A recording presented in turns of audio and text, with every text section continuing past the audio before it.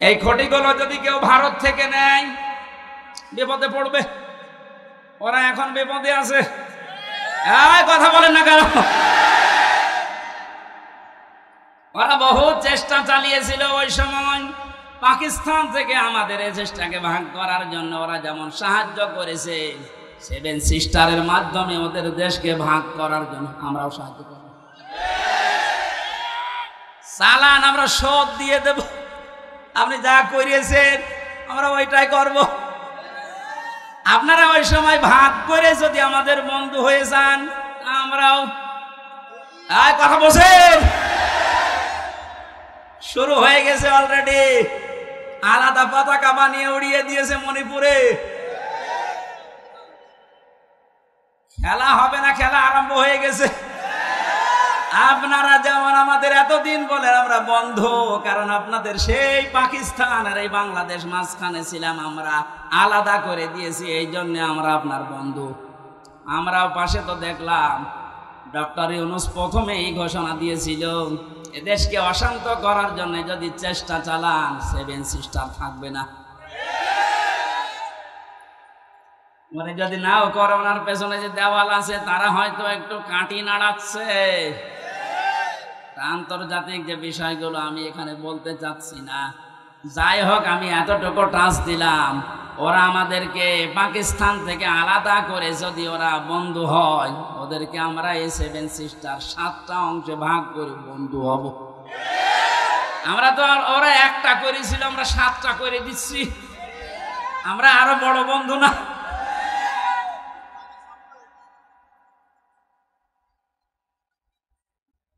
যশোরবাসী এবার খেয়াল করেন, না আমরা শুধু ভারত থেকে না, চীন থেকে না, রাশিয়া থেকে না, আমেরিকা না, কারো কাছ থেকে খুঁটি নিতে চাই না। আল্লাহ যে খুঁটি দিয়েছে শান্তির ঘর বানাতে, আমরা ওই খুঁটি নেব।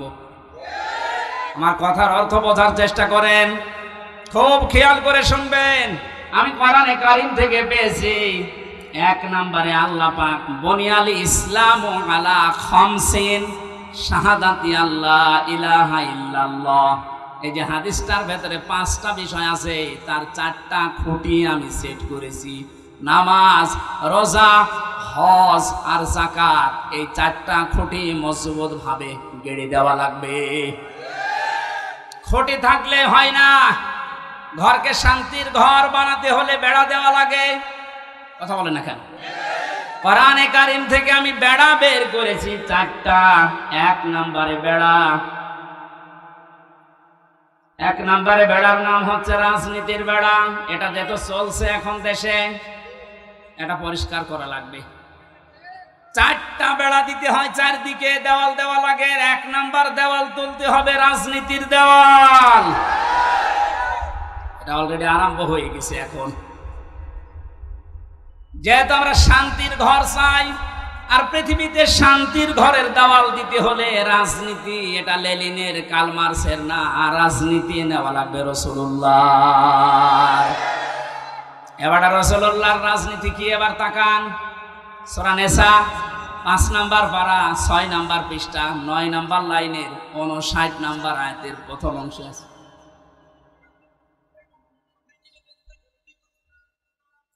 শেষ করে দেব না?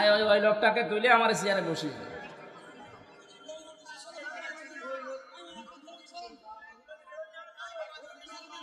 সুবহানাল্লাহ আলহামদুলিল্লাহ লা ইলাহা ইল্লাল্লাহ। সুবহানাল্লাহ আলহামদুলিল্লাহ লা ইলাহা ইল্লাল্লাহ। মাইকের আওয়াজ আর বাড়া, গলা ব্যথা করছে। সুবহানাল্লাহ, এই দেখলেন? হ্যাঁ, এটা রসমের সাথ। মাইকের কিন্তু বদনাম করে দেবো। এখন আওয়াজ পেয়েছেন না? গলাটা নষ্ট করার জন্য ধান্দা আছেন না? ওনার আওয়াজ থাকতে আওয়াজ না বাড়িয়ে রেখে দিয়েছেন কোনটা? সুবহানাল্লাহ আলহামদুলিল্লাহ লা ইলাহা ইল্লাল্লাহ।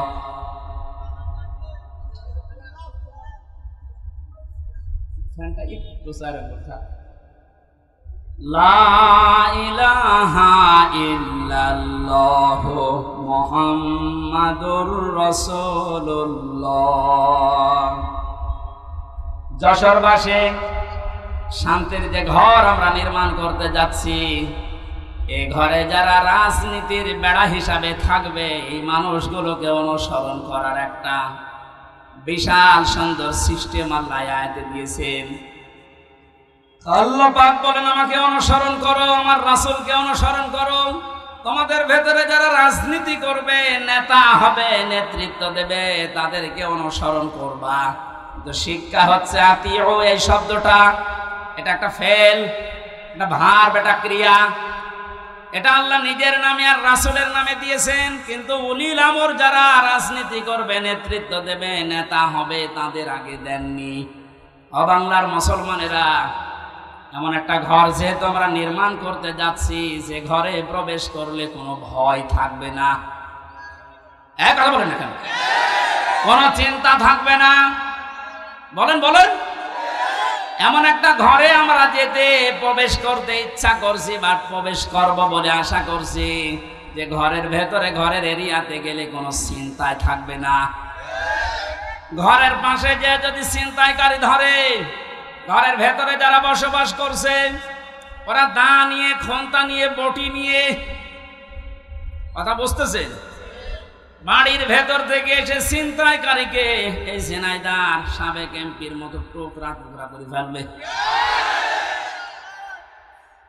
আমার মনে হচ্ছে এরা না বুঝে চিল্লাচ্ছে। না, আমি জানি আপনারা বুঝে ফেলেছেন।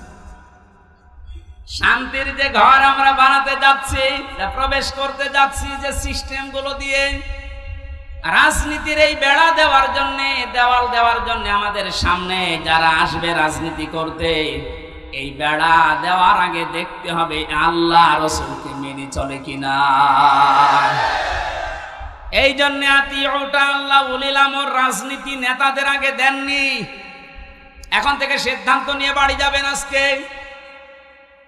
এই বেড়াটা যেহেতু সামনে দেওয়া লাগবে শান্তির ঘরে, সুতরাং আল্লাহ রাসূলকে যদি আমার বাবা হয়েও মেনে না চলে, ওই বাবাকে আমি ভোট দেব না। আর আমার আত্মীয় না, দূরের মানুষ, ও যদি আল্লাহ রাসূলকে মেনে চলে, ওর দ্বারা দুনিয়া এবং আখিরাতে আমার কাজ হবে। এটা কাজ হবে ওর দ্বারা, এটা আমি বানালাম। বলেন, সূরা নিসা 5 নাম্বার পারার 10 নাম্বার পৃষ্ঠার 12 নাম্বার লাইনের 85 নাম্বার আয়াতে আছে, মাইয়াশ ফাআশাফাআতান হাসানাতাই ইয়াকুল্লাহু নাসীবুম মিনহা ইলা আখিরি আয়া। দলিলগুলো লম্বা করছি না, গরমে আমার ভেতরে ঘেমে যাচ্ছে, জন্য তাড়াতাড়ি করছি। দুনিয়ায় যারা একটা ভালো কাজে সুপারিশ করবে, ভোট দেবে, রায় দেবে, সমর্থন জানাবে, ওই লোকটা চেয়ার পাওয়ার পরে যে ভালো কাজ করে সওয়াব পাবে, আপনি শুধু এই রায় দেওয়ার কারণে একই সওয়াব পাবেন। যেই লোকটা এই কাজ করে আমাকে উপকার করছে দুনিয়া এবং আখিরাতে, সে যদি আমার দোলা ভাই না হয়, আমার বাবা না হয়, ও যদি আল্লাহ রাসূলকে মেনে চলতে পারে, ওকে আমি সমর্থন জানাবো, সাপোর্ট করব, সুপারিশ করব। কারা এই মতের সাথে রাজি আছেন দেখে লিল্লাহে তাকবীর।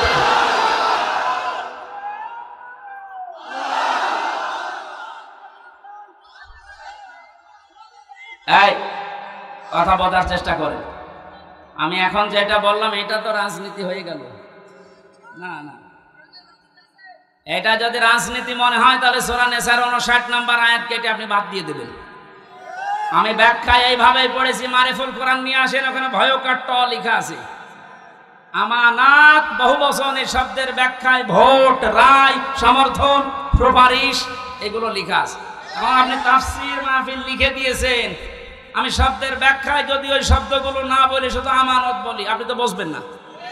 আর আপনি যদি বোঝেনও না, বোঝা ভান করে থাকবেন। এখন আর ভান করার অভ্যাস আছে না, 5 তারিখের আগে ছিল। এখন আর ভান করার অভ্যাস নেই, যা পড়ি ওইটাই বলি ইনশাআল্লাহ। আগে তো এই যশোরে যাওয়ার জন্য সে কুষ্টিয়া ঘুরে আসতাম, এখন একেবারে সরাসরি চূড়ামন কাঠি দিয়ে উঠবে। রাজনীতির বেড়াটা ঠিক করবেন আশা করছি। 2 নম্বরে বেড়ার নাম পেয়েছি আমি সমাজনীতি, 3 নম্বরে পরিবার নীতি, 4 নম্বরে আন্তর্জাতিক যে নীতিটা আছে এটা। এবার আমি 3টা বেড়ার কথা বললাম। পারিবারিক নীতির যে বেড়া, আমি ব্যাখ্যায় যাব। আর কয়েকটা জিনিস লাগে ঘর বানাতে। আমরা দেখি শুধু বেড়া দিলে ঘর হবে না, ছাউনি দেওয়া লাগবে, চাল দেওয়া লাগবে, ছাদ দেওয়া লাগবে। গ্রাম্য মানুষ যারা ঘর বানায় 4 চালা ঘর, এদিকে একটা, এদিকে একটা, ওইদিকে একটা, এইদিকে একটা। চাল লাগে কয়টা? আমি কোরআনে কারিম থেকে 4টা চাল বানিয়েছি। 1 নম্বরে ইমানের চাল। যদি কেউ শুধু ছাদ দিতে চায়, পুরা ইমানটা দিয়ে ঢেকে দিলেই সম্ভব, আর অসুবিধা নেই। যদি 4টা চাল কেউ দিতে চায়, কোরআন জানিয়েছে সৎকর্মের চাল দেওয়া লাগবে, যুদ্ধনীতির চাল দেওয়া লাগবে, সমাজনীতির চাল দেওয়া লাগবে। এই চালগুলো যদি একটা একটা করে কোরআন যেভাবে দিতে জানিয়েছে ওইভাবে আমরা দিতে পারি। শুধু চাল দিলেই হবে না, ঘরে প্রবেশ করার জন্য একটা দরজা লাগবে। আল্লাহ পাক যে দরজার ঘোষণা দিয়েছেন কোরআনে, লা ইলাহা ইল্লাল্লাহু মুহাম্মাদুর রাসূলুল্লাহ। আল্লাহর এই শান্তির ঘরে যদি কেউ প্রবেশ করতে চান, তাহলে এই কালেমা পড়ে এই দরজা দিয়ে প্রবেশ করা লাগবে। গত পরশুদিন আমার চুয়াডাঙ্গায় ছিল, স্বামী স্ত্রী 2 জন এই দরজা দিয়ে অলরেডি প্রবেশ করেছে। এর কয়েকদিন আগে ছিল গাইবান্ধা, সরঞ্জিত নাকি নাম যেন, এই লোকটা এই দরজা দিয়ে আল্লাহর এই শান্তির ঘরে অলরেডি প্রবেশ করেছে। প্রতিদিন প্রতিনিয়ত আজকেও দেখলাম 26 জন আল্লাহর এই কালেমা পড়ে এই দরজা দিয়ে অলরেডি শান্তির ঘরে ঢুকে পড়েছে। আমরা তো আগে থেকেই ঢুকে বসে আছি। আল্লাহ যে ঘর বানাতে বললেন, এই ঘরের দরজার নাম কালেমা। নাম কি? জবান খুলে একবার পড়েন, লা ইলাহা।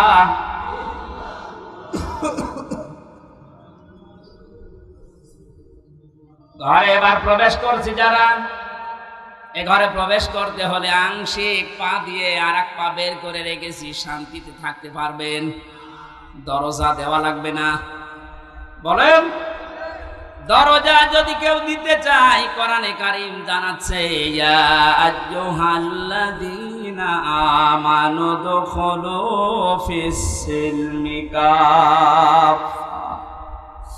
সূরা বাকারা 208 নম্বর আয়াতের প্রথম অংশে আছে, ও হে ঈমানদারেরা, তোমরা যদি সত্যি শান্তি পেতে চাও, আমি যে ঘর দিলাম ইসলামের, এখানে আংশিক প্রবেশ করবা না, পুরাপুরি প্রবেশ করো। জোরে বলেন আল্লাহু আকবার।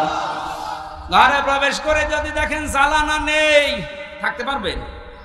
আরামে ঘুমাবেন, দরজা বন্ধ, জ্বালানা দিয়ে চুরি হয়ে যাবে। আল্লাহ পাক এজন্য জানিয়েছেন, এই ঘর শান্তিময় রাখতে হলে আগে জ্বালানা ঠিক করো। আমরা কোনো ঘরের 2টা, 3টা, 4টা পর্যন্ত জ্বালানা দেখি। কোরআনে কারীম থেকে আমি জ্বালানা পেয়েছি, এদিক থেকে বাতাস ঢুকবে, ওই দিকে বের হয়ে যাবে। 2টা, একটা মুআমালাত আর একটা মুআশারাত। আমিরে জামাত ডক্টর শফিকুর রহমান যেটা এখন অলরেডি আরম্ভ করেছে, এই কথা বলছেন, শান্তির এই ঘরে থাকতে হলে জ্বালানা লাগবে। আর একটা দিলে হবে না, একটা জ্বালানা দিলে বাতাস একদিকে প্রবেশ করে দম বন্ধ হয়ে যাবে। এটা যেন বের হতে চাই, এই জন্য আমাদের মুআমালাত, মুআশারাত ঠিক করা লাগবে। মানে ভারতকে জানিয়েছেন, আপনাদেরকে আমরা বন্ধু হিসাবে পেতে চাই।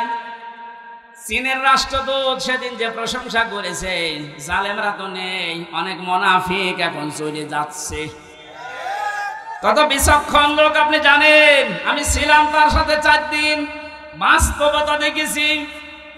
লোকটারে মাথা না, এটা একটা ম্যাগনেট। আপনি 20 বছর পরে যেটা বুঝবেন, আল্লাহ ওনাকে 20 বছর আগে ওইটা বোঝার মতো তৌফিক দিয়ে দিয়েছেন। ওনার যে স্যাক্রিফাইস, ওনার যে বিচক্ষণতা, যে তাওয়াক্কুল ভেতরে আছে, আর যে ইখলাস নিয়ে উনি কাজ করে, আমার আল্লাহ মনে হয় এই কারণে ওনাকে আস্তে আস্তে তুলে দিচ্ছে। আপনি যত ষড়যন্ত্র করেন রুখতে পারবেন না। ওনার প্রতিটি পদক্ষেপ আমার মনে হয় তাহাজ্জুদের নামাজ পড়ে সিদ্ধান্ত নিয়ে তারপরে করেন। জেলখানায় যতদিন আমি দেখেছি, আমার তো সেজদা ছিল 2 মিনিট 2.5 মিনিট, আর ওনার সেজদা ছিল 1 ঘন্টা 1.5 ঘন্টা। উনি সেজদায় সে মনে হয় কাঁদতেন যে আল্লাহ আমাকে আরো ছেলে মেয়ে বেশি দাও, আমার সম্পদ আরো বাড়িয়ে দাও।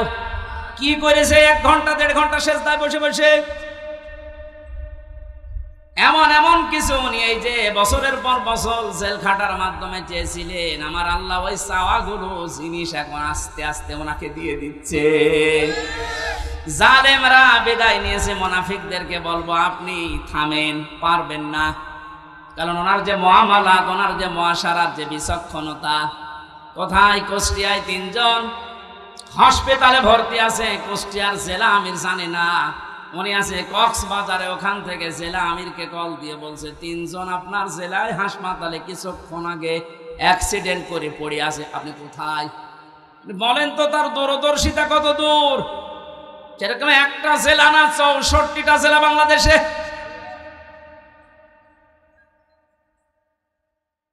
শুধুমাত্র জ্বালানা দিলেই হবে না, আন্তর্জাতিক যে জ্বালানাগুলো আছে উনি ঠিক করার জন্য চেষ্টা চালাচ্ছে। আল্লাহ যেন ওনাকে নিজের কুদরত দিয়ে পরিচালিত করেন, বলেন আমিন। শুধু জ্বালানা থাকলেও ঘর ঠিক থাকে না, ভেন্টিলেটর লাগে। কথা বলছে না কেন? ভেন্টিলেটর লাগবে না আলো বাতাস প্রবেশ করার জন্য, ডিশের তার লাগানো লাগবে না, বিদ্যুতের তার লাগানো লাগবে, ওয়াইফাই তার লাগাবেন, নাই তো আপনি আন্তর্জাতিক বিশ্ব নিয়ে খেলবেন কি করে, জানবেন কি করে? এই জন্য ভেন্টিলেটর লাগবে কমপক্ষে 2টা 4টা। আল্লাহ রাব্বুল আলামিন কোরআনে কারিমে এমন সুন্দর সুন্দর ভেন্টিলেটর দিয়েছেন। সূরা আলে ইমরানের 85 নম্বর আয়াতে আছে, সূরা আলে ইমরানের 83 নম্বর আয়াতে আছে, সূরা আলে ইমরানের 19 নম্বর আয়াতে আছে। সুবহানাল্লাহ বলতে পারেন নাই? আমার গলা ব্যথা করছে, এই জন্য দলিলগুলো শুধু নাম বলছি।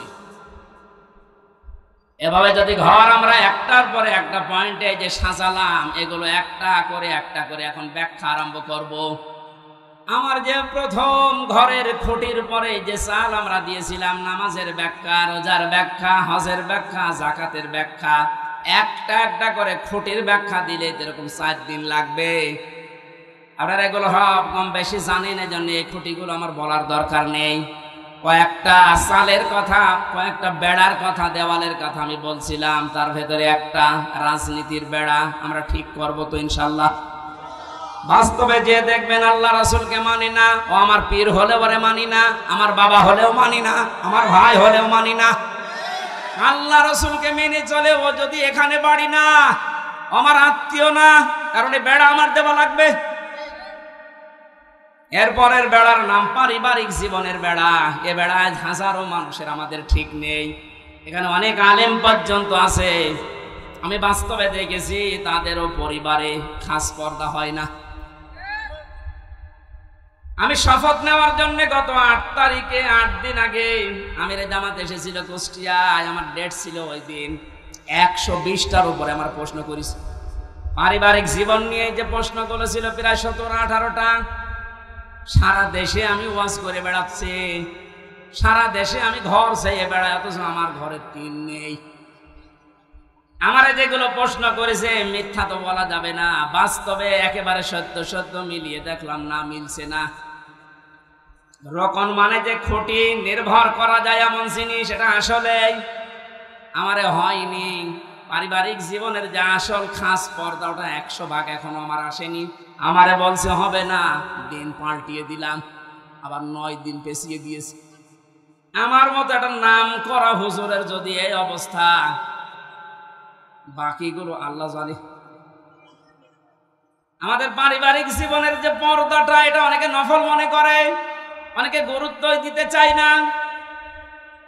আজকে আমি এখানে আসার পরে যে বাড়িতে বসেছিলাম, বাড়িওয়ালা তার বউ, মেয়ে, বেটার বউ সব নিয়ে আসতেছে, হুজুর দেখবে। এইটা তো হালকা জায়েজ আছে। হ্যাঁ, মেয়েদের পর্দা পারিবারিক জীবনে যে ফরজ, এটা অনেকে জানেই না। এদের একামতে দিনের খুঁটি হওয়ার জন্যে, আমি আরবিটা বললাম না, খুঁটি হওয়ার জন্য অনেক কাঠ খড়ি পোড়ানো লাগে। সত্যি যদি কোনো মানুষ একনিষ্ঠভাবে ইখলাসের সাথে খুঁটি হিসাবে কাজ করতে চায়, আমার যতটুকু বাস্তবতা দেখলাম 120টা প্রশ্নের ভেতরে আল্লাহ তাকে জান্নাত দিয়ে দেবেন। আমাদের পারিবারিক জীবনে স্বামী স্ত্রীর যে সম্পর্কটা হওয়ার কথা ছিল, এখন আস্তে আস্তে ভারতের এই চ্যানেলগুলো থেকে, আশপাশের মানুষের ব্যবহার থেকে আমরা সব নষ্ট করে ফেলেছি। অধিকাংশ স্ত্রীর স্বামীর ওপরে শ্রদ্ধা নেই, ভক্তি নেই, খালি ভুল ধরার চেষ্টায় থাকে। এরকম বউ নেই? আরো আসতে বলেন। এ পৃথিবীতে যত খারাপ স্বামী হোক, ফেরাউনের মতো এত খারাপ স্বামী কারো কপালে জুটেছে? নিজের স্ত্রীর হাতে ব্রেক লাগিয়েছে, পায়ের ভেতরে ব্রেক লাগিয়েছে, কপালের ভেতরে শলাকা দিয়েছে, মাথার উপরে গরম তেল ঢেলে দিচ্ছে। হযরতে জিবরাইলকে আল্লাহ বললেন, জান্নাতটা নিয়ে ধরো আমার এই বান্দির সামনে। হযরতে আসিয়া জান্নাত দেখার পরে বলতে পারতেন, আল্লাহ তুমি আমার মরণ দিয়ে জান্নাতে প্রবেশ করাও। তিনি বলেননি। তিনি বলেছিলেন, মাবুদ তুমি জান্নাত আমার সামনে পাঠিয়ে দিয়েছো, আমি এইটা চাই না। আমি চাই তুমি যেখানে আছো ওই জায়গায় একটা ঘর আমার জন্য আলাদা বানাও, যেন ওখানে বসে বসে সব সময় তোমাকে দেখা যায়। আমার উপরে অত্যাচার চলছে, জুলুম চলছে, তোমার আবার যেন রাগ হয়ে না যায়। অনাজ্জিনি মিন ফিরআউনা ওয়া আমালিহি অনাজ্জিনি মিনাল কওমিজ যালিমিন। আরবি গ্রামার যারা বসে জিজ্ঞাসা করেন, এক আলিফ করে আল্লাহ টান দিয়েছেন।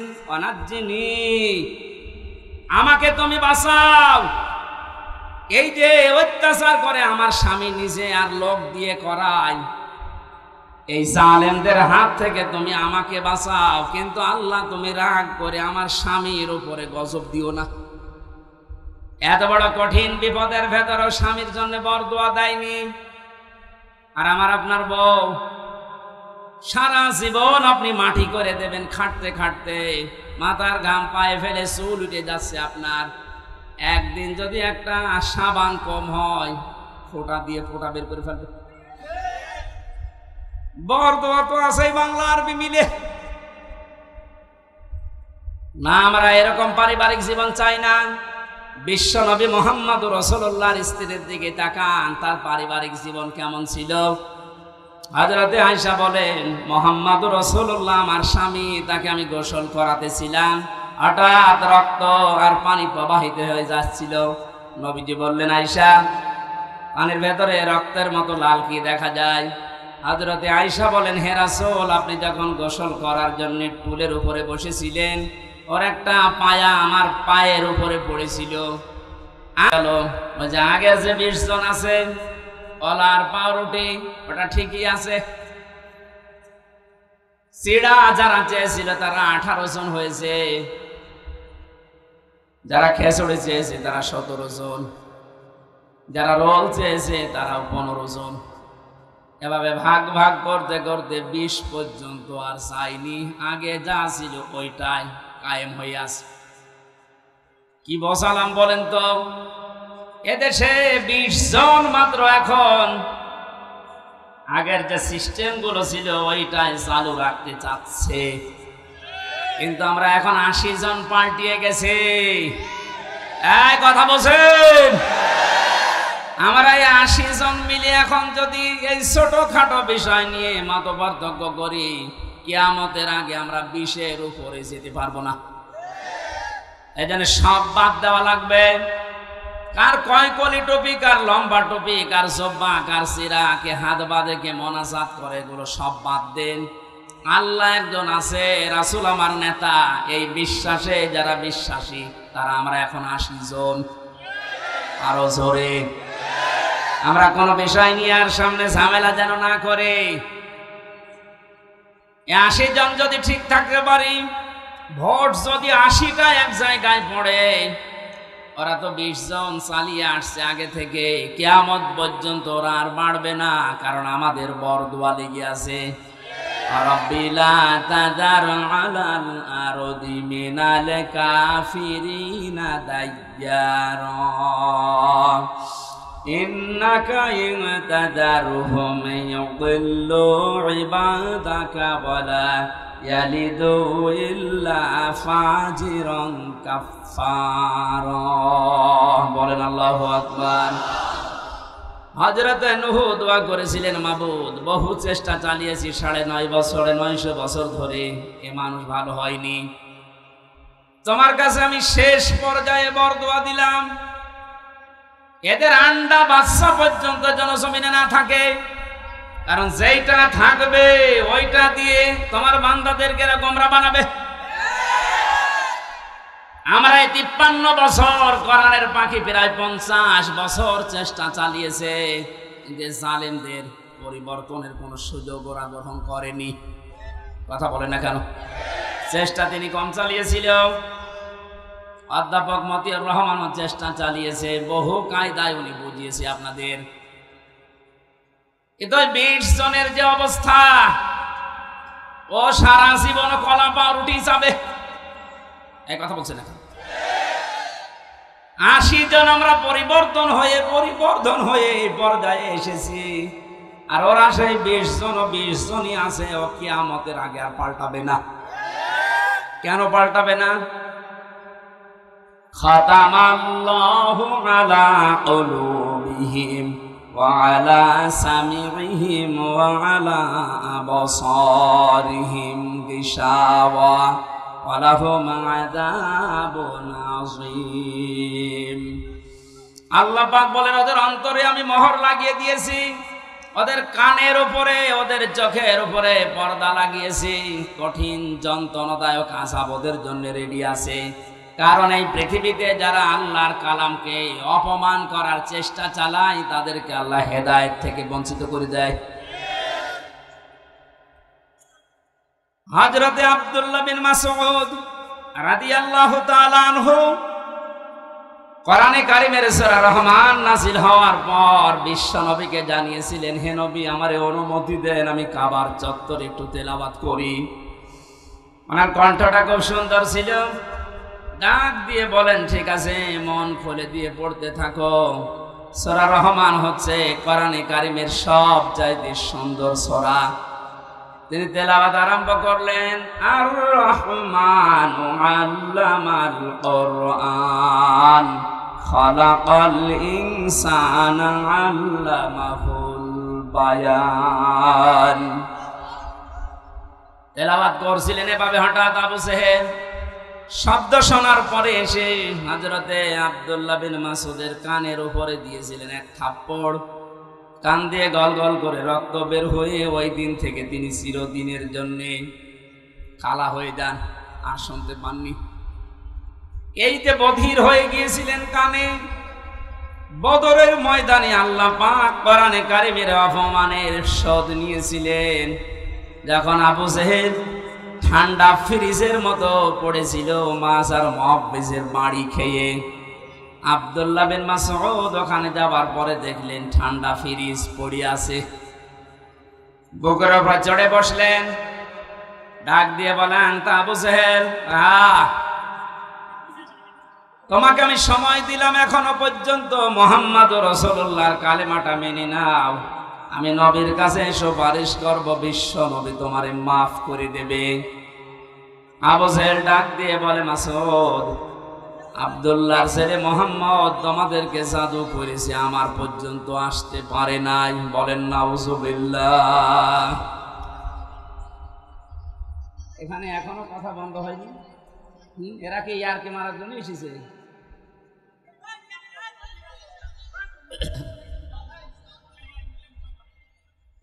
আমার ভাইরা, হযরত আব্দুল্লাহ বিন মাসউদ দৌড় দিলেন নবীজির রওজার কাছে। তাবর ভেতরে দেখেন বিশ্ব নবী মুহাম্মদুর রাসূলুল্লাহ হাত তুলে মোনাজাতে লিপ্ত আছে। তিনি দেখলেন মোনাজাত যখন চলছে, আমি আরেকবার যাই। ওই যে যারা পড়ে আছে এখনো মরে না, ওদের ভেতরে গিয়ে দেখলেন আবু জেহেল এখনো খাচ্ছে। ডাক দিয়ে বলে, তোরে সময় দিয়েছিলাম, আরেকবার দিলাম, বল। ও আবার একই কথা জানিয়েছে। তিনি আরেকবার ঘোড়া দিয়ে এসে বললেন, বল। এবার আর একটু বাড়িয়ে বলেছে, আব্দুল্লাহর পোলা মোহাম্মদ তোমাদেরকে জাদু করেছে, আমার পর্যন্ত আসতে পারে নাই। পরে আমি এখনো যদি পাই এখনো টুকরা টুকরা করব। হযরত ইবনে মাসউদ বললেন, না, এতক্ষণ করে সময় দিয়েছিলাম, আমি আর সময় দিলাম না। তুই যখন মুহাম্মদুর রাসূলুল্লাহর উপরে এই দাবি তুললি, তোরে আমি শেষ করে দেব। তরবারি বের করে গলার ভেতরে লাগিয়েছেন। আবু জেহেল ডাক দিয়ে বলে, মাসউদ কি করবি এখন? আলাদা করব। ওই সময় বলেছিল আলাদা করবি, কর, আমার গলাটা একটু বড় করে কাট, দেশের মানুষ যেন দেখে বোঝে যেটা নেতার মাথা। মরে যাচ্ছে, তাও তেজ কমছে। আমার মনে হয় এই দেশে এই 5 তারিখের পরে অনেক আবু জেহেলকে আমরা এখনো পর্যন্ত দেখতে পেয়েছি, পাচ্ছে, মরে যাচ্ছে, তেজ কমছে।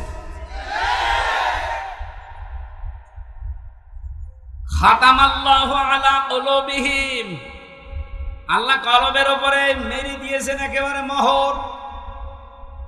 এর ভালো হওয়ার কোনো পরিবেশ নেই। ইবনে মাসউদ চিন্তা করলেন, এর মাথাটা যদি নবীজির তাবু পর্যন্ত নিয়ে যেতে পারি, নবী আমার জন্য দোয়া করবেন। তিনি মাথা ধরে টানলেন, 2 হাত দিয়ে দেখে নড়ে না। চিন্তা করলেন, মাথা এত ভারী হয়ে গেল কি করে? কাছে যে রশি ছিল, তরবারি দিয়ে কানের ছিদ্রি একটা, ওর ভেতরে বান্ধন দিয়ে তিনি টানতে আরম্ভ করলেন। দেখে না, নড়ে না। কি মাথায় এত ভারী হয়ে গেল কি করে? 2 কান ছিদ্রি করলেন, 2 কানের ভেতরে রশির অগ্রভাগ 2টাই ঢুকিয়ে যখন সুন্দর করে বাঁধন দিয়ে অপর ভাগ ধরে টান দেওয়া আরম্ভ করলেন, এবার মাথা নড়া আরম্ভ হয়েছে।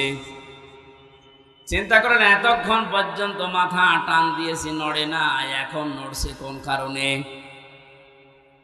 আল্লাহ রাব্বুল আলামিন বোঝাতে চেয়েছে, মাসউদ, আমার কোরআন কাবার সামনে তেলাওয়াত করার কারণে এই লোকটা তোর কানের ওপরে থাপ্পড় দিয়ে একটা কান নষ্ট করে দিয়েছিল। আমি আল্লাহ আজকে তোর হাতে ওর 2টা কান নষ্ট করে দিয়ে প্রতিশোধ নিলাম। পরকালে কি করব এটা আমি আল্লাহ জানি। আমি যেটা বোঝাতে চাচ্ছিলাম, এই পৃথিবীর ময়দানে কোরআনে কারিমের গায়ে যারা হাত দেয়, অপমান করার চেষ্টা করে কোরআন কেন্দ্রিক কোন বিষয়ের সাথে, আল্লাহ পাক কিন্তু দুনিয়াতে তাদের শাস্তি দিয়ে দেখিয়েছেন। কমেল্লাই মন্দিরে যারা দেবতার পায়ের কাছে কোরআনে কারিম রেখেছিলেন, আজ কিন্তু ধরা পড়ে যাচ্ছে। 10 ছাপিয়েছে ইসলামী আন্দোলন যারা করে, একামতের দিন যে এরা করেছে, দুনিয়া উল্টিয়ে যাবে। কখনো একামতের দিনের কোন নেতা কর্মী দেবতার পায়ে কোরআন রাখবে আমি বিশ্বাস করি না। ওরা হেফাজত ইসলামের উপরে চাপাতে চেয়েছিল যে কোরআনেরা মে মাসের 5 তারিখে আগুন লাগিয়েছে। এটা এখন প্রমাণ হচ্ছে আগুন দিয়েছে কে?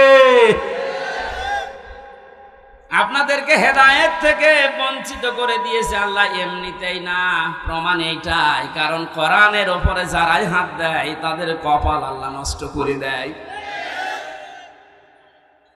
আমার ভাইরা, আমরা সবাই মিলে অনুসরণ করব। কারণ হচ্ছে আমি একা একা অনুসরণ করার কথা আল্লাহ এখানে দেননি, বহু বচন দিয়েছেন।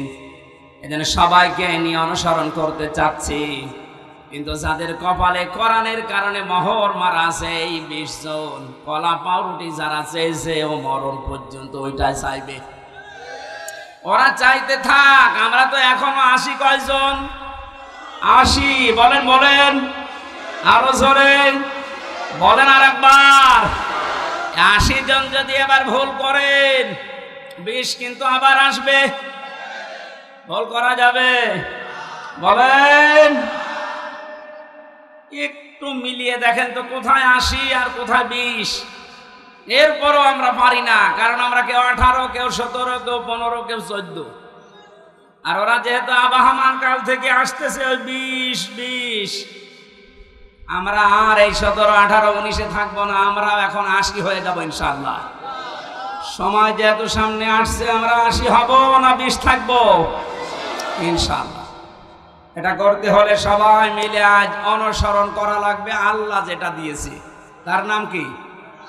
বলেন বলেন। আল্লাহ পাক আয়াতের পরবর্তীতে জানিয়েছেন ওয়ালা তাত্তাবিউ মিন দুনিহি আউলিয়া, কোরআন বাদ দিয়ে পৃথিবীর কোন ওলি আল্লাহর অনুসরণ করার দরকার নেই। প্রশ্ন আসতে পারে আল্লাহ কি তার ওলিদের বিরুদ্ধে? না। সূরা ইউনূসের ৬২ নম্বর আয়াত 11 নম্বর পারার 15 নম্বর পৃষ্ঠার প্রথম নম্বর লাইনে আছে আলা ইন্না আউলিয়া আল্লাহি লা খাউফুন আলাইহিম ওয়ালা হুম ইয়াহজানুন। আল্লাহ পাক বলেন কোনো ভয় নেই, কোনো চিন্তা নেই আমার ওলি যারা, তাদের কোনো ভয় চিন্তা নেই। তাদেরকে সতর্ক করলাম, সুসংবাদ জানালাম, এদের ব্যাপারে তোমরা সাবধান থাকবা, এদের ভয় চিন্তা নেই। অথচ সূরা আরাফের 3 নম্বর আয়াতে বললেন কোনো অনুসরণ করার দরকার নেই।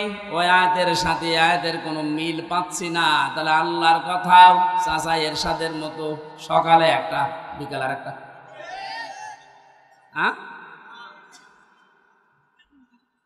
কোরআনে কারিমে আল্লাহ তো জানিয়েছেন লা মুবাদদিলা লিকালিমাতি, আল্লাহর কালামের কোনো পরিবর্ধন নেই।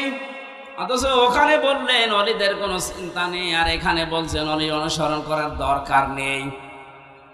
মুফাসসিরিন ইকরাম লিখেছেন আয়াতের ব্যাখ্যা করতে গিয়ে আল্লাহ এই জন্যে ওলি অনুসরণ নিষেধ করেছেন। আল্লাহ খুব ভালোভাবে জানেন, কারণ বর্তমান ভবিষ্যৎ এগুলো সব জানেন কে? আরো জোরে বলেন। সব যেহেতু তার নিজের জ্ঞানে আছে, উনি আগেই জানতেন যে ভবিষ্যতে কিয়ামত পর্যন্ত আমার এমন বান্দা বান্দি দুনিয়ায় আসবে, আর আমি আল্লাহর চাইতে ওদের আব্বাকেই বড় মনে করবেন। এই জন্য আল্লাহ নিষেধ করেছেন কোনো আব্বার কোনো অনুসরণ করার দরকার নেই। কালিলাম মা তাযাক্কারুন, আল্লাহ আফসোস করছেন যে আমার বক্তব্য শোনার পরে আমার কিছু বান্দা বান্দি ফিরে আসবে, অধিকাংশ গুলোই মুখ ফিরিয়ে চলে যাবে। বলেন নাউযুবিল্লাহ। এখানে কোরআন উপস্থাপনের যে ধরন আমরা শিখেছি আল্লাহর কাছ থেকে, আপনি হয়তো না বোঝার কারণে মন খারাপ করতে পারেন। 2 নম্বরে আল্লাহ যেটা জানাতে চেয়েছে ওটা আবাহমান কাল থেকে আসতেছে, আল্লাহর বক্তব্যের সাথে মিলছে না। এখন আপনি কি ওই বাপ দাদারটাই মেনে চলবেন না আল্লাহর বর্ণনা করাটা? এখানে আর একটা বিষয়, একটা মাসলা পাওয়া যায়।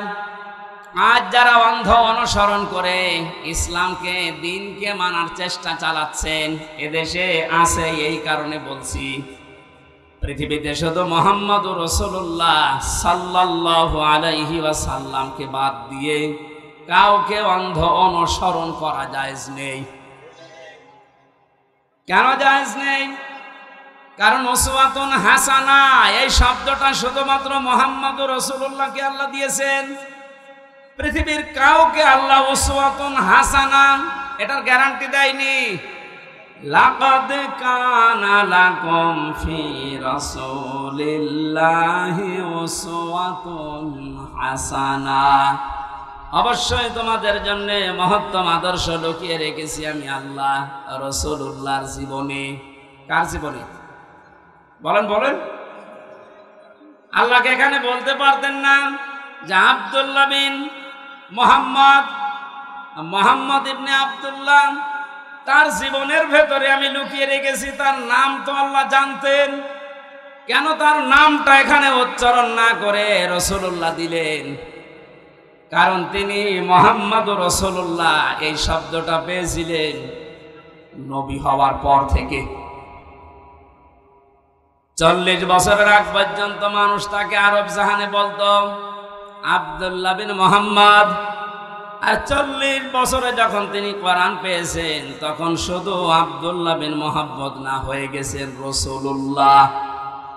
তাহলে অনুসরণ করা, অনুকরণ করা মুহাম্মদ ইবনে আব্দুল্লাহকে ফরজ না রাসূলুল্লাহকে ফরজ? আশা করছি আমি যেটা বোঝাতে চাচ্ছি আপনি বুঝবেন।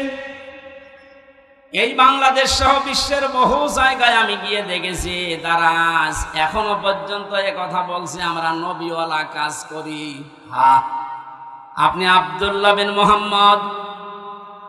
মোহাম্মদ ইবনে আব্দুল্লাহ, ইনি যতদিন পর্যন্ত নবী হওয়ার আগ পর্যন্ত এ নামে মানুষ তাকে ডাক দিয়েছে, আপনার জীবনে এই কাজগুলো আছে। কারণ তিনি ওই সময় সত্য কথা বলতেন, ভালো কাজের আঞ্জাম দিতেন। কোন মানুষ যদি বিপদে পড়তেন সেখানে এগিয়ে যেতেন। এই কাজগুলো মোহাম্মদ ইবনে আব্দুল্লাহর জীবনীতে আমরা সিরাত ইবনে হিশামে সিরাত বিশ্বকোষের ভেতর থেকে পেয়েছি। কিন্তু তিনি যখন রাসূলুল্লাহ হয়ে গেছেন, তার আপন চাচা আবু লাহাব পর্যন্ত জানের শত্রু হয়ে দাঁড়িয়েছে। এই বাংলাদেশ সহ বিশ্বে আজ যারা বলেন আমরা নবীওয়ালা কাজ করি না, আপনি মোহাম্মদ ইবনে আব্দুল্লাহর কাজ করেন।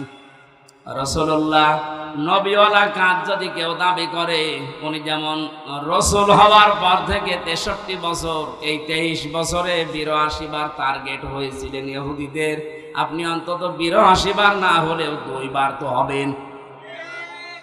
আপনাকে ইহুদি খ্রিস্টান মুশরিক সবাই ভালোবাসে, সবাই ভালো বলে, বুঝতে হবে আপনার কাজ এখনো রাসূলুল্লাহর কাজ হয়নি।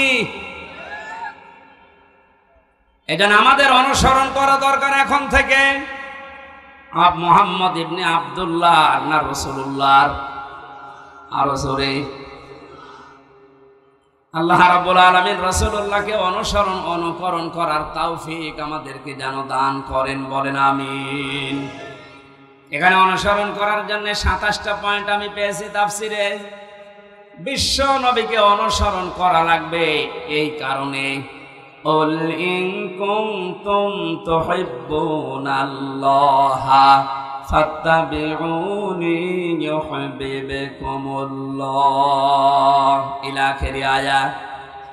সূরা আলে ইমরানের 31 নম্বর আয়াতে আল্লাহ জানিয়েছেন, হে নবী, মানুষকে আপনি কথা বলেন যদি আল্লাহকে ভালোবাসিয়ে দাবি তারা করে, তারা যেন আপনার অনুসরণ করে।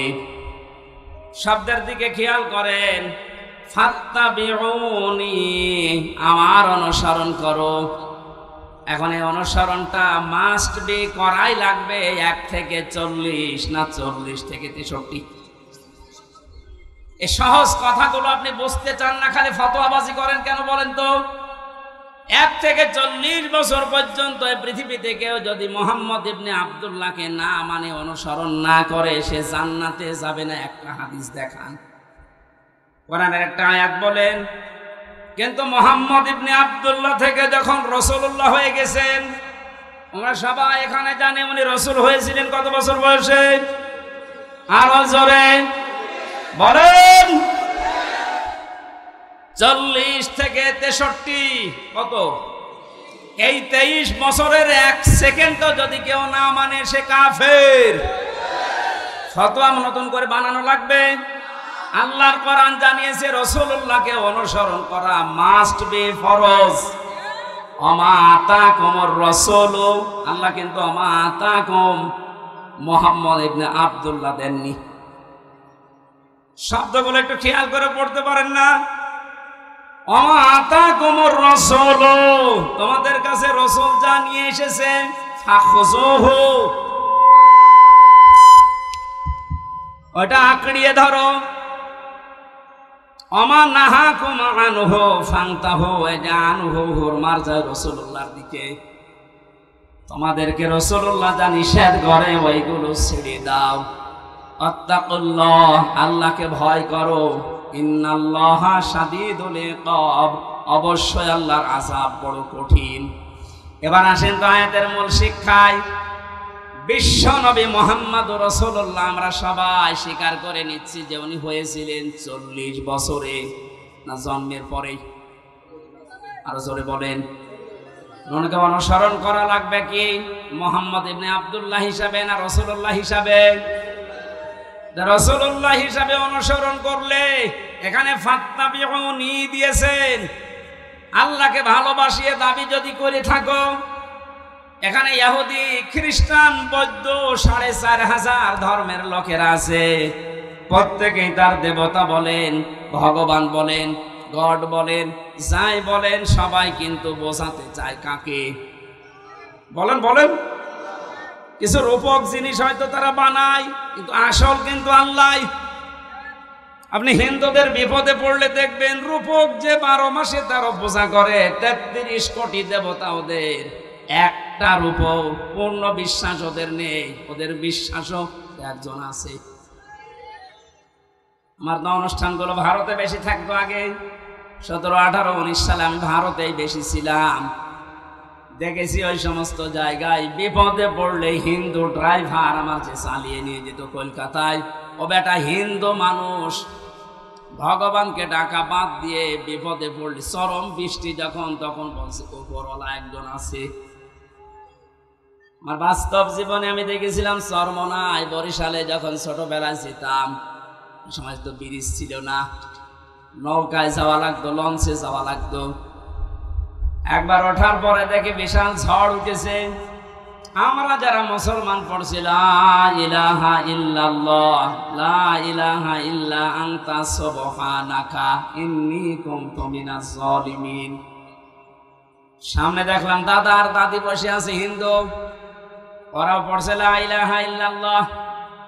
বললাম দাদা, চেহারা দেখে মনে হচ্ছে অন্য ধর্মের, মুসলমান হয়েছে কবে?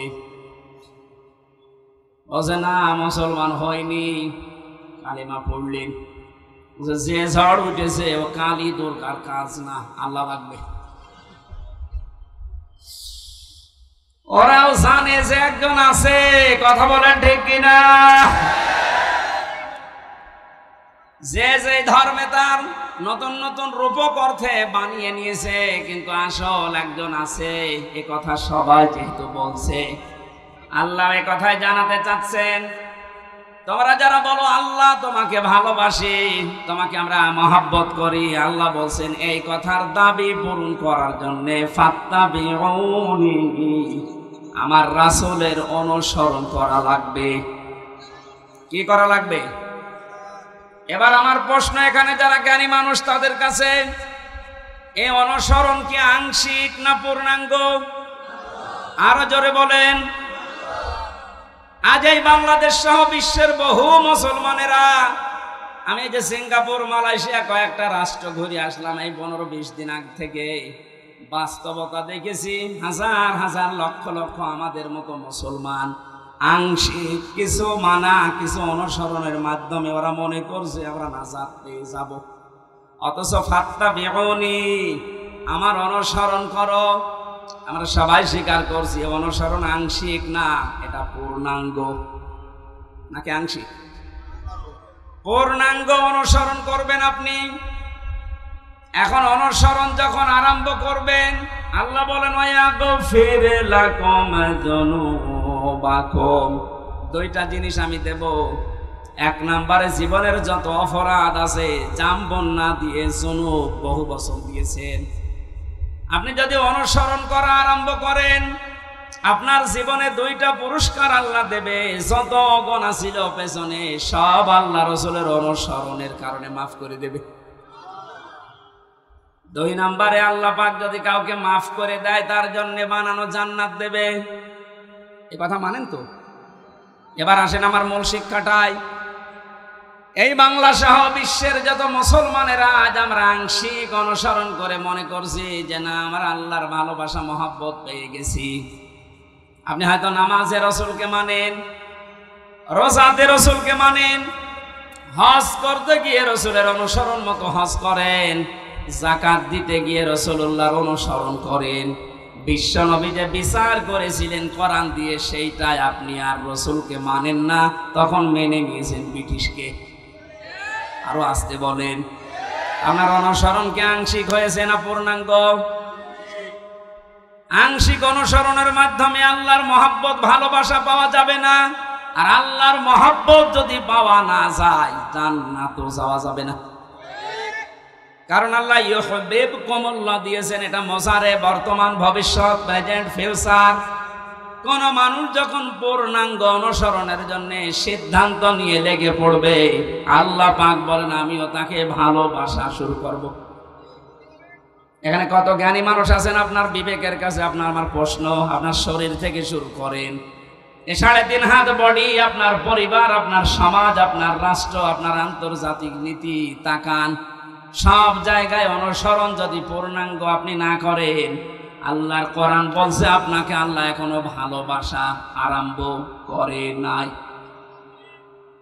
তাহলে এই আয়াত অনুযায়ী বাংলাদেশে হাজার হাজার পীর আল্লাহর ভালোবাসা এখনো পায়নি। বেশি বলে ফেললাম। আশা করছি আমি যেটা বোঝাতে চেয়েছি এখন থেকে আর অপূর্ণাঙ্গ না, আমরা পূর্ণাঙ্গ অনুসরণ করতে চাই। দিনের বেলায় কি করেছেন এখন বলছে, এখন কি করা যাবে? এটা করতে গেলে এখন ডিস্টার্ব হবে না?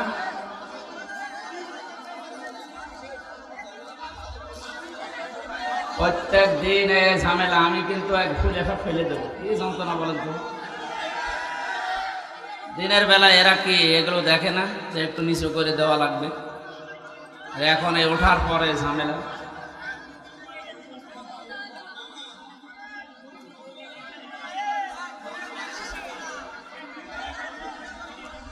আসসালামু আলাইকুম ওয়া রাহমাতুল্লাহি ওয়া বারাকাতুহু।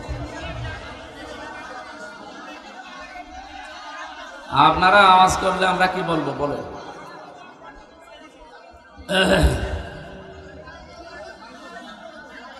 নাহমাদুহু ওয়া নাস্তাঈনুহু ওয়া নাস্তাগফিরুহু ওয়া নু'মিনু বিহি ওয়া নাতাওয়াক্কালু আলাইহি ওয়া নাউযু বিল্লাহি মিন শুরুরি আনফুসিনা ওয়া মিন সাইয়্যাতি আ'মালিনা। من يهدي الله فلا مضل له ومن يضلل فلا هادي له ونشهد أن لا إله إلا الله وحده لا شريك له وأشهد أن محمدا عبده ورسوله الذي أرسله بالحق بشيرا ونذيرا وداعيا إلى الله بإذنه وسراجا منيرا. فقد قال الله تعالى في كلامه المجيد وبرهانه التوحيد: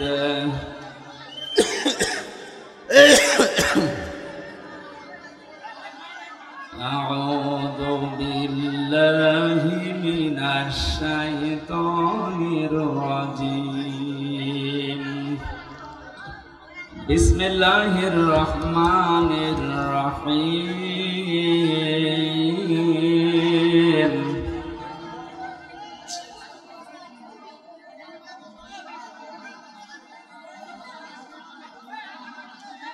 والله يدعو إلى دار السلام ويهدي من يشاء إلى صراط مستقيم. للذين أحسنوا الحسنى وزيادة. صدقت يا ربنا. اللهم صل على سيدنا مولانا محمد وعلى آل سيدنا مولانا। রাসূল আমার ভালোবাসা, রাসূল আমার আলো আশা, রাসূল আমার প্রেম বিরহের মূল আলোচনা, রাসূল আমার কাজে কর্মের অনুপ্রেরণা। আলহামদুলিল্লাহ। বাংলাদেশের ঐতিহ্যবাহী জেলা যশোর চৌগাছা থানার অন্তর্গত রামকৃষ্ণপুর ঈদগাহ ময়দানে মহাবিশ্বের মহাবিস্ময় আমাদের মালিক, আমাদের মনিব, মহান রব্বুল ইজ্জাত ওয়াল জালালের মুখের পবিত্র বাণী কোরআনে কারীম, ঐতিহাসিক তাফসীরুল কোরআন মাহফিল 2024, শ্রদ্ধাভাজন সভাপতি বিশিষ্ট আলেমে দ্বীন জনাব মাওলানা মুখতার আহমেদ,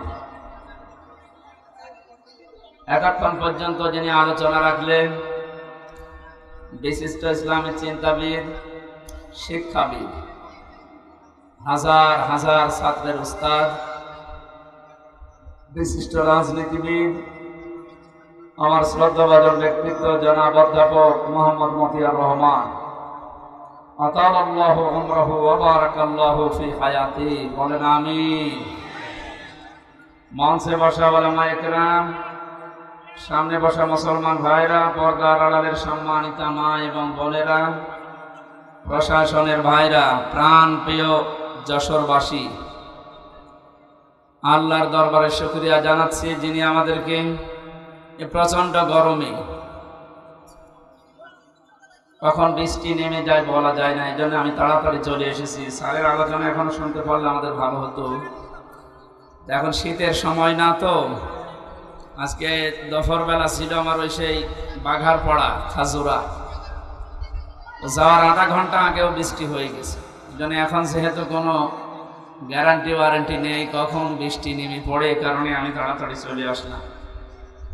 যে বাড়িতে এসে বসেছিলাম খাবার আনতে, বললাম খাবার আনতে 40 মিনিট লাগছে, তো ছাতা খেয়ে আসতে আমার মনে হয় রাত 10টা পার হয়ে যেত।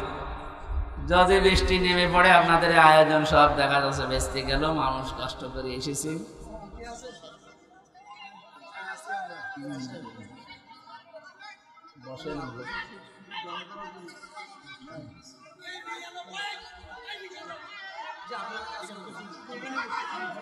একটু পিছিয়ে গেলে এই মানুষগুলো ডিস্টার্ব করবে, হয় না এভাবে।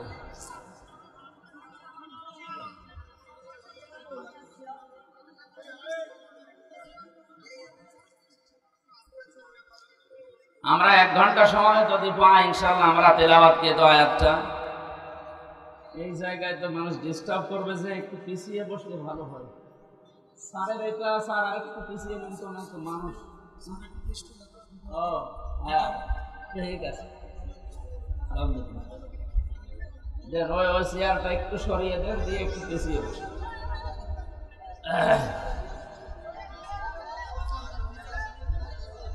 পিছিয়ে বসে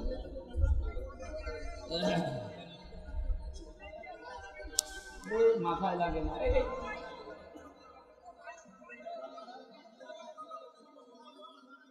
এটা একটু 2 আঙ্গুল সরিয়ে দিন।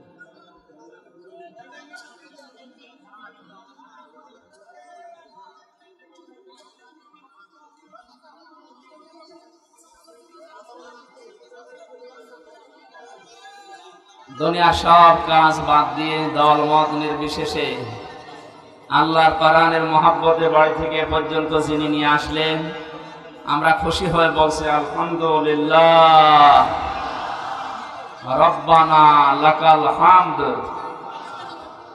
হামদান কাসীরান তাজ্জিবান মুবারাকান ফীহি, ইয়া রাব্বি লাকাল হামদু কামা ইয়ানবাগি লিজালালি ওয়াজহিকা ওয়া আযীমি সুলতানিক।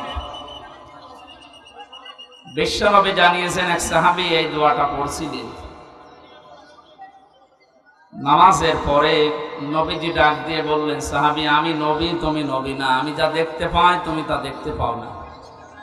তুমি যখন এই কথাগুলো বলছিলে নামাজে, আল্লাহর ফেরেশতারা দেখলাম তোমার জীবনের নেকি লিখার জন্য প্রতিযোগিতা করছে, কে কত বেশি নেকি লিখতে পারে। আমরা যেহেতু এটা পড়লাম, এখন ফেরেশতাদের কাজ হবে আমাদের আমলনামায়, তারা প্রতিযোগিতা করে নেকি লিখা আরম্ভ করবে ইনশাআল্লাহ। এত আওয়াজ কানে আসলে আমার তো জানা কথা ভুলে যাবে ছাতা, এত কথা হলো। এমনি 3 বছর ছেলে থেকে কত কিছু ভুলে গেছি, আবার যতটুকু আছে এও তো এর আওয়াজ সব ভুলে যাচ্ছে।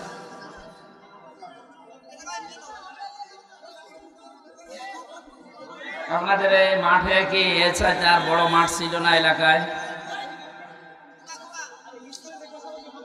এইভাবে হয় না, মাহফিল নিয়েছে কি আসতে। এই আপনারা শুরু করেন, আমরা চলে গেলাম।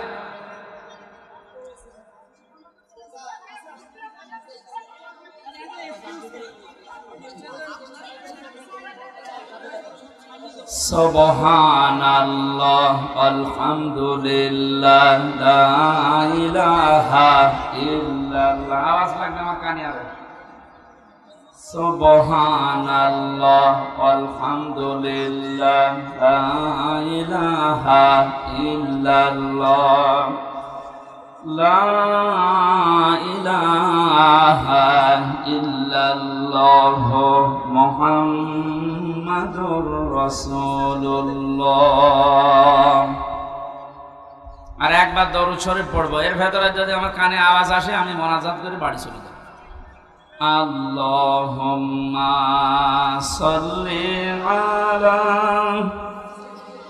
সাইয়্যিদিনা মাওলানা মুহাম্মাদ ওয়া আলি সাইয়্যিদিনা মাওলানা।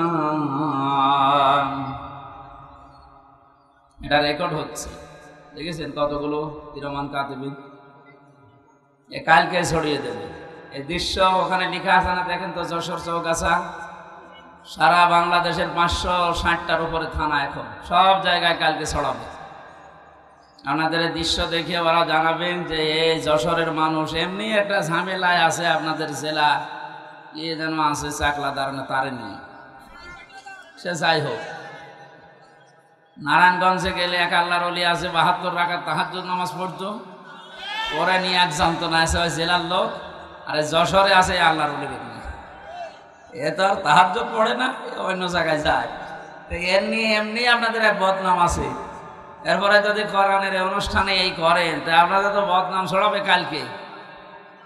সুনামের জন্যে কোরআনের এই আয়োজন করে যদি বদনাম হয়ে যায়, আমার মনে হয় এটা না দিয়ে অন্য কিছু করার দরকার ছিল। নিজেদের দায়িত্ব নিয়ে চুপ করেন ভাই, বদনাম হয়ে যাচ্ছে, চুপ করেন।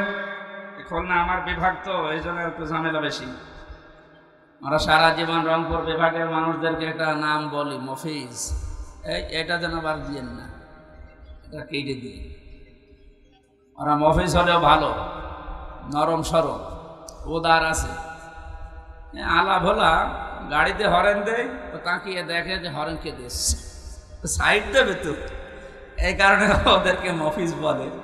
কিন্তু ওরা গরিব মানুষ তো, রংপুর বিভাগের মানুষেরা। ওরা নবীজির হাদিস অনুযায়ী অন্যান্য বিভাগের চাইতে 500 বছর আগে জান্নাতে যাবে। ধনীদের চাইতে গরিবরা কত বছর আগে জান্নাতে যাবে? তোদের আর একটা সমস্যা আছে, বিড়ি বেশি খায়। আমাদের বিভাগে তৈরি হয় এটা আর খায় ওরা। আমি যেখানে ছিলাম আকিস গ্রুপে, স্যারকে বলেছিলাম যে এইটা বাদ দিই, যদিও এটা দিয়ে আপনাদের শুরুতে এটা বাদ দিয়ে অন্তত কোনো খাবার বানান। আমরা এটা আমেরিকার কাছে বিক্রি করে দিয়েছি কত হাজার কোটি টাকায় যেন, ওটা দিয়ে এখন খাবার বানায়। 65 রকমের খাবার আকিস গ্রুপ এখন বাংলাদেশ সহ বিশ্বে সাফালা দিচ্ছে।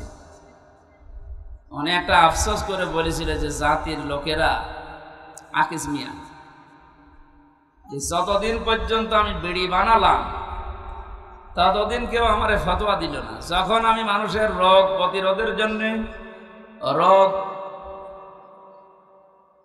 পরিষ্কার করার জন্য, রোগ ভালো হওয়ার জন্য একটা হাসপাতাল বানালাম, তখন যত রকমের ফতোয়া আমার পেছনে মানুষ দিতে আরম্ভ করেছে। যাই হোক, যে রকমের বদনাম ওই সমস্ত বিভাগের আছে, ওগুলো যেন আবার খুলনা বিভাগের গায়ে না লাগে। আপনারা নিজেরা দায়িত্ব নিয়ে না, আর কথা বলেন না ভাইরা। আপনি যাই করেন, দরকার এই মাহফিলের পরে আপনারা আমি 10 মিনিট সময় দেবো, মারামারি করবো, কারণ ক্যামেরা তো আর থাকবে না। আমরা একটু দেখবো কেমন পারে, কিন্তু কথা বলবেন না, কথা বলবেন না। পেছনে যারা দাঁড়িয়ে আছেন বসেন। আমরা কোরআনে প্রবেশ করছি, আর কোরআন কিভাবে মানুষের কাছে বলতে হয় এটার ধারণা আল্লাহ দিয়েছে। আমার মন মতো বললে হবে? এটা কি মমতাজের কনসার্ট নাকি যে যা আছে সব তুলিয়ে দিলাম? কোরআনে কারীম জানাচ্ছে যে এইভাবে মানুষকে শোনাও, কিতাবুন উনজিলা ইলাইকা ফালা ইয়াকুন ফি সাদরিকা হারাজুম মিনহু লিতুনযিরা বিহি ওয়া যিকরা লিল মুমিনিন। বলেন আল্লাহু আকবার। সূরা আরাফের 2 নম্বর আয়াতে আল্লাহ বলেন, হে নবী, এই যে একটা কিতাব, এটা আপনাকে আমি দিয়েছি, এটা শুধু সোমা খাবেন আর টাকের উপরে রেখে দেবেন। এই এদিকে তাকান। কোরআনকে আল্লাহ এই জন্য আমাদেরকে দিয়েছেন যে শুধু সোমা খাবেন আর মাথার উপরে রেখে দেবেন। জবাব দেন। এটা ক্লাস চলছে, ছাত্রের মতো বলবেন, এই জন্য দিয়েছেন। আল্লাহ পাক বলেন হারাজুম মিনহু লিতুনযিরা বিহি, এ কোরআন প্রচার করবেন, মানুষের কাছে সতর্ক করবেন এইটা দিয়ে। কিন্তু একটা বিষয়, এই যে সাদরিকা আছে, এ কোরআন প্রচার করতে গিয়ে, তাফসীর করতে গিয়ে আপনার মনের ভেতরে যেন কোনো সংকীর্ণতা কাজ না করে, দ্বিধা দ্বন্দ্ব ভয় ভীতি এগুলো আপনার কাছে যেন না আসে। কারণ কোরআন প্রচার করতে গেলে এরকম কিছু আসবে, এটা আমি আল্লাহ জানি। হারাজুন শব্দের ব্যাখ্যা পেয়েছি তাফসীরে আমি 2টা। 1 নাম্বার, হে নবী, আপনি যখন কোরআন প্রচারে যাবেন, তাফসীর করে শোনাবেন, দেখবেন অনেক মানুষ এমন সামনে বসা আছে, তারা কোরআনের বক্তব্য না বোঝার কারণে মন খারাপ করবে। এ ধরনের মানুষ দেশে নেই। আল্লাহ যেটা বোঝাতে চাই, হয়তো ওর মেধা ওইরকম নেই, ওর মাথায় ওই রকম ব্রেন নেই, ও না বুঝে আন্দাজে এক ধারণা করে হয় মন খারাপ করে না চলে যায়। 2 নম্বরে, আবহমান কাল থেকে এই পৃথিবীতে এমন এমন নিয়ম নীতি ইসলাম মনে করে মানুষ পালন করছে, যেটা আসলে ইসলামে নেই। আপনি যখন কোরআনের ব্যাখ্যা করতে যাবেন, ওইগুলো তো টিকবে না, ওগুলো সব বাদ চলে যাবে। এতদিন যারা ইবাদত মনে করে ওইটা পালন করছে, জীবনেও তারা আপনার কথা শুনবে না, আন্দাজে তখন আপনার প্রতি খারাপ ধারণা করবে। তখন বলবে এরা আল্লাহর ওলি মানে না, এরা পীর বুজুর্গ মানে না। কোরআনে কারিমে আল্লাহ আয়াতের পরে এই জন্যই এই শব্দগুলো এরপরেই লাগিয়েছেন, ইত্তাবিউ মা উনজিলা ইলাইকুম মির রাব্বিকুম ওয়া লা তাত্তাবিউ মিন দুনিহি আউলিয়া ক্বালিলাম মা তাযাক্কারুন। ইত্তাবিউ বহুবচন দিয়েছেন আল্লাহ। ও যশোরবাসী, এ বাংলাদেশে যারা একামতে দিনের দায়িত্ব পালন করে, এ মানুষগুলো এই বিশ্বাস নিয়েই একামতের দিনের রাস্তায় এসেছে যে এই দায়িত্ব পালন করতে গিয়ে যত সময় যাবে আমি জান্নাতের দিকে এগিয়ে যাব। এটা অন্তত যারা করছে, তারা যদি নাও করে, আমি করি ব্যক্তিগতভাবে, দিন কায়েমের জন্য একামতে দিনের দায়িত্ব পালন করতে যে সময়টুকু অর্থ যা কিছু ব্যয় হবে, আমার মেধা যোগ্যতা বক্তৃতা সব আমাকে জান্নাতের দিকে এগিয়ে নেবে। এই জন্য একামতে দিনের দায়িত্ব পালন করছেন যারা, নিজেকে ছোট মনে করবেন না, হীনমন্যতায় ভুগবেন না। আমি গ্যারান্টি দিয়ে যেতে পারি, আপনাকে আল্লাহ কোনোদিন জাহান্নামে দেবে না। কারণ দিন কায়েম করার জন্য যারা চেষ্টা চালায়, ওদের আর যাই করুক আল্লাহ জাহান্নামে দেবে না। এটা তো আমি বানালাম। আল্লাহ পাক বলেন, হাল আদুল্লুকুম আলা তিজারাতিন তুনজিকুম মিন আযাবিন আলীম। ওহে যারা ঈমানের দাবি করো, আমি কি এমন একটা ব্যবসার কথা বলে দেব যেটা করলে তোমাদেরকে জাহান্নামের আগুনে যাওয়া লাগবে না, যন্ত্রণাদায়ক আযাব থেকে আল্লাহ তোমাদের বাঁচিয়ে দেবে। এই ব্যবসার কথা বলতে গিয়ে আল্লাহ যে সমস্ত জিনিসের নাম দিয়েছেন, তার 3 নাম্বার এইটা। এই পৃথিবীতে আল্লাহর দিন কায়েমের জন্য যারা জান আর মাল দিয়ে চেষ্টা চালায়, আল্লাহ পাক বলেন যালিকুম খায়রুল লাকুম, এইটাই ভালো কাজ। আমি আজকে 500টা ভালো কাজের ব্যাখ্যা করার জন্য বাঘারপাড়ার খাসুরাতে বসেছিলাম, কিন্তু ওদের সময় কভার করেনি। একটা মাত্র ভালো কাজের ব্যাখ্যা ওখানে দিয়েছে। আল্লাহ যে আহসান ও আমালার কথা জানিয়েছেন, যে আমি ভালো কাজ তোমাদের কাছ থেকে দেখতে চাই। পৃথিবীতে আল্লাহর দৃষ্টিতে যত ভালো কাজ আছে তার 1 নাম্বার কাজ হচ্ছে আনাকিমুদ্দিন, দিন কায়েম করা। কোরআন এরকম 500টা আছে। এটা আমাকে জেলখানার ভেতরে বাংলাদেশের জীবন্ত শহীদ এটিএম আজহারুল ইসলাম, ওনার কাছে অনেকগুলো বই দেখেছিলাম, ফাঁসির কন্ডেম ছেলে। মাঝে মাঝে আমার কাছে পাঠিয়ে বলতেছে হামসাকে দেবে, এগুলো যেন পড়াশোনা করে বাইরে মানুষদেরকে ডেলিভারি দিতে পারে। আল্লাহর ওই বান্দাকে আল্লাহ যেন দ্রুত আমাদের ভেতরে ফিরিয়ে দেন, বলেন আমিন। তা জীবন্ত শহীদ লোকটা যে সমস্ত মিথ্যা অপবাদগুলো দিয়ে ইসলামী আন্দোলনের একামতে দিনের দায়িত্বশীল মানুষগুলোকে দুনিয়া থেকে বিদায় করে দিয়েছে, পৃথিবী এখন প্রমাণ পাচ্ছে, দেখতে পাচ্ছে এগুলো পুরাটাই প্রতিহিংসার ফসল। এটাও তো বানালাম নাকি? শহীদ মীর কাশেম আলী, শহীদ আব্দুল কাদের মোল্লা রহমতুল্লাহ আলাইহি, গত কয়েকদিন আমি গিয়েছিলাম ফরিদপুরের মোল্লা সাহেবের কবরে।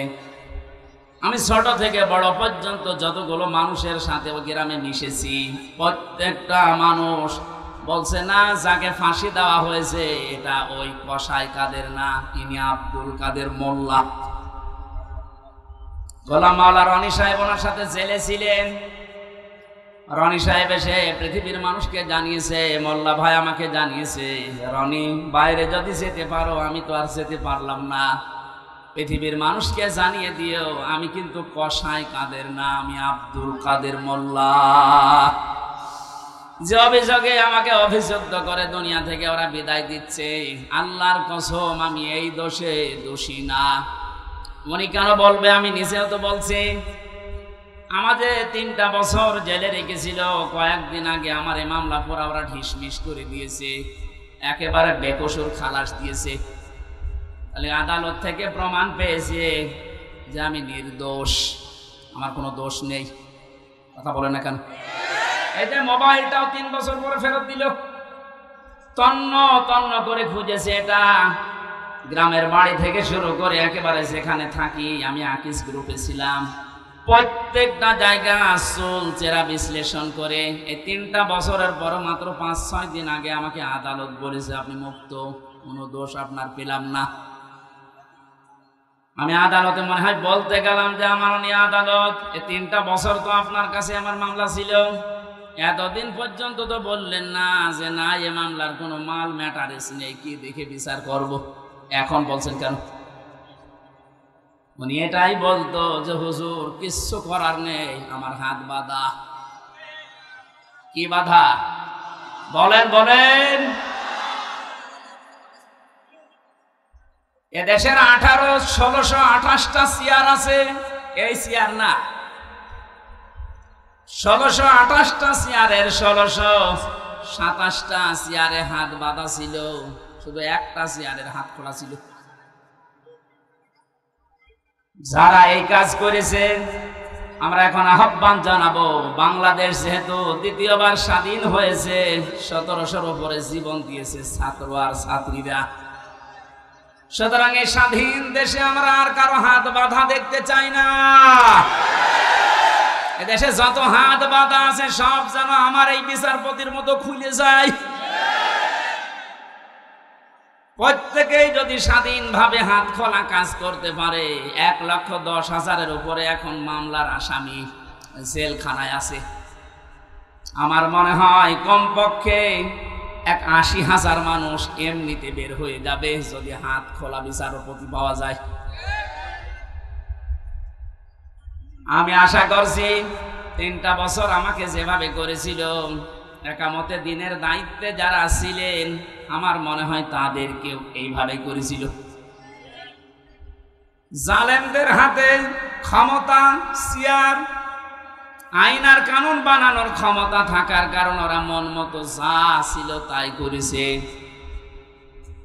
আমারটা যেমন বেকসুর খালাস পেয়েছি, আল্লাহর কসম যেগুলো মারা গেল, শহীদ হয়ে গেল, এ মানুষগুলো জীবিত থাকলে কেউ বেকসুর খালাস পেয়েছি। তো কোরআনের পাখি শহীদ আল্লামা দেলাওয়ার হোসেন সাইদি রহমতুল্লাহ আলাইহি, অনেকে বলছে উনি মারা গেছে। কে বলেছে মারা গেছে? ওনাকে মেরে ফেলা হয়েছে। ওনাকে মেরে ফেলা হয়েছে, এর বাস্তব প্রমাণ ওনার হাসিটা। কথা বলেন। আমি নিজে আমার বাবার চা আছে, আমার চা আছে।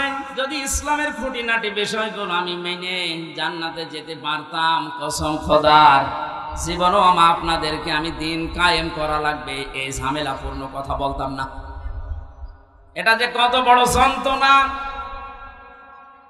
আল্লাহ যেহেতু ইত্তাবিউ দিয়েছেন যে সবাই মিলে অনুসরণ করো, সবাই মিলে ইত্তেবা করো, একজন করলে হবে না। এই জন্যই তো আমরা সবাইকে নিয়ে অনুসরণ করতে চাই। সুখবর একটা আছে, বাংলাদেশে ইসলামী দল যতগুলো আছে প্রকাশ্য শিরিক এবং বেদাত যারা করে এরা বাদ দিয়ে অন্তত আল্লাহ একজন আছে, কেবলাকে কেবলা বলে মানে। এইরকম কিছু নিয়ম নীতিতে যারা কাউকে শরীক করে না, কাউকে বিশ্বাস করে না আল্লাহ বাদে, এ মানুষগুলো দেখলাম আজকে সব এক হওয়ার জন্য ঐক্যবদ্ধ হচ্ছে।